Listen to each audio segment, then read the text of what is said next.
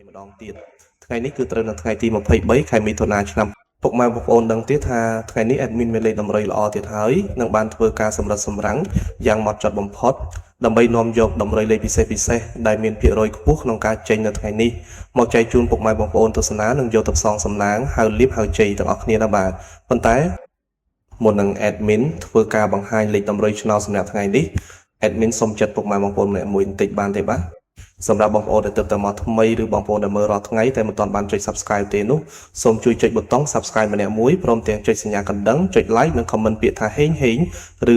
168នៅក្រោមវីដេអូនេះម្នាក់មួយផងបាទគឺដើម្បីជាកម្លាំងចិត្តដ៏ធំធេងនិងជាការលើកទឹកចិត្តសម្រាប់ admin ក្នុងការខំប្រឹងស្រាវជ្រាវស្វែងរក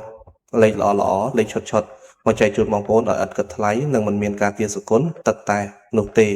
ហើយការចុច Subscribe នេះដែរក៏ដើម្បីឲ្យពុកម៉ែបងប្អូនអាចទទួលបានវីដេអូតម្រុយឆ្នោតមុនគេបង្កើនឱកាសដឹងលេខហេងមុនគេជារៀងរាល់ថ្ងៃផងដែរតោះបើចុចរួចរាល់ហើយកុំឲ្យខាតពេលវេលាដ៏មានតម្លៃយូរយើងទៅមើលលេខសំណាងថ្ងៃនេះទាំងអស់គ្នា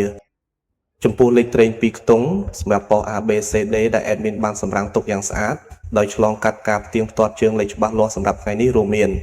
លេខទី1គឺលេខ09លេខនេះស្អាតមែនទែនបងប្អូនសម្រាប់អ្នកស្រឡាញ់ខ្ទង់20លេខទី2គឺលេខ11គ្រាប់នេះក៏ជាលេខលំដាប់ VIP មួយគ្រាប់ដែរកុំរំលងឲ្យសោះលេខទី3គឺលេខ75ជាគ្រាប់លេខខ្ទង់តូចដែល admin មើលឃើញថាមានសន្ទុះខ្លាំងនិងលេខចុងក្រោយគឺលេខ77គ្រាប់នេះគឺល្អសម្រាប់បងប្អូនយកទៅលេងត្រេងការពារបាទសម្រាប់លេខ2ខ្ទង់ទាំង4គ្រាប់នេះពិតជាមានភាគរយខ្ពស់ណាស់បងប្អូនពុកម៉ែបងប្អូនអាចធ្វើការពិចារណាបាន